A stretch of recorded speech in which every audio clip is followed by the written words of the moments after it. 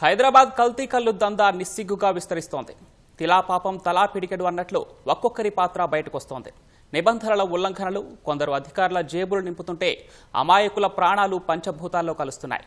కల్తీ కల్లు విక్రయాలను అడ్డుకోవాల్సిన ఆబ్కారీ సిబ్బంది మామూళ్లు మత్తులో కళ్లు మూసుకుంటే స్థానికంగా కొందరు ప్రజాప్రతినిధులు తెర వెనుక నుంచి దందాను నడిపిస్తున్నారని ఆరోపణలు వెల్లువెత్తుతున్నాయి. హైదరాబాద్ కూకట్పల్లిలో కల్తీ కల్లు దందా బట్టబయలైంది.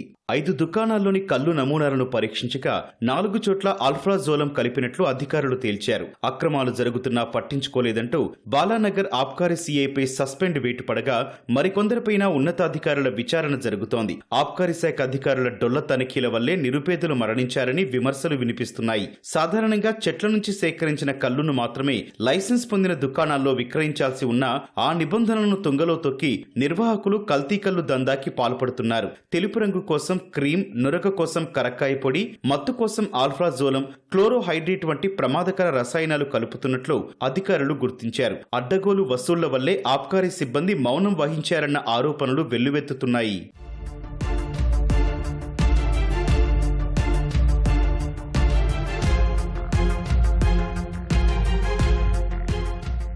ప్రతి కల్లు దుకాణంలో నియమ నిబంధనల ప్రకారం రోజువారీగా కల్లు నమూనాలు సేకరించి ల్యాబ్కు పంపి పరీక్షించాలి. ఫలితాలను బట్టి కల్లు దుకాణాల నిర్వాహకులపై చర్యలు తీసుకోవాలి. కానీ ఆబ్కారీ సిబ్బంది అందుకు విరుద్ధంగా వ్యవహరిస్తున్నారు. నమూనాల సేకరణ నుంచే మామూళ్ల దందా మొదలవుతోంది. ప్రతిరోజు ఠాణా పరిధిలోని కల్లు దుకాణాలకు వెళ్లి సిబ్బంది నమూనాలు సేకరించేటప్పుడే కమిషన్లు అందుకుంటున్నట్లు సమాచారం. కల్తీ జరగని లేదా ఆల్ఫ్రాజోలం వంటి మత్తు పదార్థాలు కలపని నమూనాలని సిబ్బంది సేకరిస్తున్నారని ఆరోపణలున్నాయి. ప్రతి నెల ఒక్కో కల్లు దుకాణం నుంచి స్థానిక ఆబ్కారీ ఠాణాకు కమిషన్లు వెళ్తున్నాయి. తక్కువ గిరాకీ ఉండే దుకాణం నుంచి నెలకు కనిష్టంగా 20,000, ఎక్కువ గిరాకీ ఉంటే ఏకంగా 1,00,000కు పైగా వెళ్తున్నట్లు సమాచారం. మద్యం పర్మిట్ రూమ్లు నిబంధనలకు విరుద్ధంగా ఏర్పాటు చేయడం, పబ్బులు, ప్రైవేటు ఈవెంట్ల నిర్వహణకి వసూళ్ల కంటే కల్లు దుకాణాల వద్ద అదనంగా వసూళ్లు చేస్తున్నట్లు తెలుస్తోంది. ప్రాంతాన్ని బట్టి కోట్లలో ఉంటుందని సమాచారం.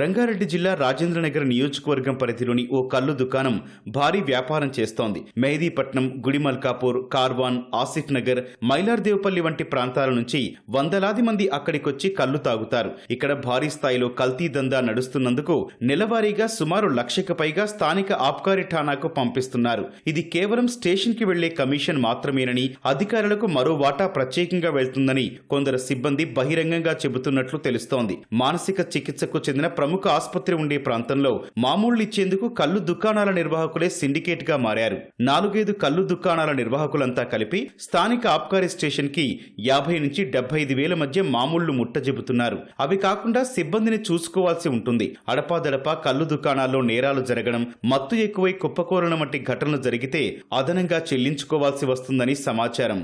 ఆబ్కారీ శాఖలో పాతుకుపోయిన అవినీతి, అక్రమాలకు అడ్డుకట్ట వేయడంలో ఉన్నతాధికారులు నిర్లక్ష్యం వహించారని ఆరోపణలు వెల్లువెత్తుతున్నాయి. పరిస్థితి ఇలాగే కొనసాగితే అమాయక ప్రజలు తమ ప్రాణాలను కోల్పోవడం అనివార్యమే అవుతుంది. అయితే ప్రజల నుంచి తీవ్ర విమర్శలు రావడంతో అప్రమత్తమైన ఎక్సైజ్ టాస్క్ ఫోర్స్ పోలీసులు అనుమతి లేకుండా నడుస్తున్న కల్లు కాంపౌండ్లపై ఆకస్మిక తనిఖీలు నిర్వహించారు. నగరంలోని 3 బృందాలతో సోదాలు జరిపారు. షేర్లింగంపల్లి, మూసాపేట్, బాలానగర్, కైత్లాపూర్, ముషీరాబాద్, కాచిగూడలో ఉన్న కల్లు డిపోలపై దాడులు చేశారు. షేర్లింగంపల్లిలోని సిద్దిక్ నగర్ లో ఒక కల్లు కాంపౌండ్ అనుమతి లేకుండా నడుస్తున్నట్టు గుర్తించారు. ఆ కాంపౌండ్ ను సీజ్ చేయడంతో పాటు దుకాణ యజమానిపై కేసు నమోదు చేశారు. అన్ని కాంపౌండ్ల నుంచి శాంపిల్స్ సేకరించి నారాయణగూడలోని ల్యాబ్ కి పంపించారు. కేవలం అధికారిక డిపోల నుంచి వచ్చే కల్లును మాత్రమే స్టోరేజ్ చేసి విక్రయించాలని ఆదేశించారు. నిబంధనలకు విరుద్ధంగా ఏ చిన్న తప్పు చేసినా ఉపేక్షించమని, పట్టుబడితే లైసెన్స్ శాశ్వతంగా రద్దు చేస్తామని హెచ్చరించారు.